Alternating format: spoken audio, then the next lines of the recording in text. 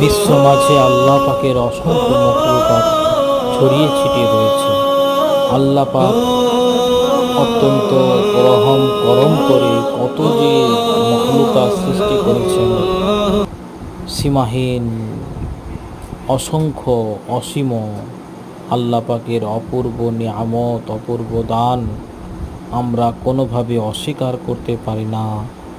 আপনারা জানেন, এই অনেকে বলেছেন যে 18,000 মখলুকাত, অনেকে বলেন কিন্তু 18,000-এর বেশিও কত যে মখলুকাত আল্লাহ পাক সৃষ্টি করেছেন, আল্লাহ পাক স্বয়ং সঠিক এর পরিসংখ্যান সংখ্যাটা বলতে পারবেন।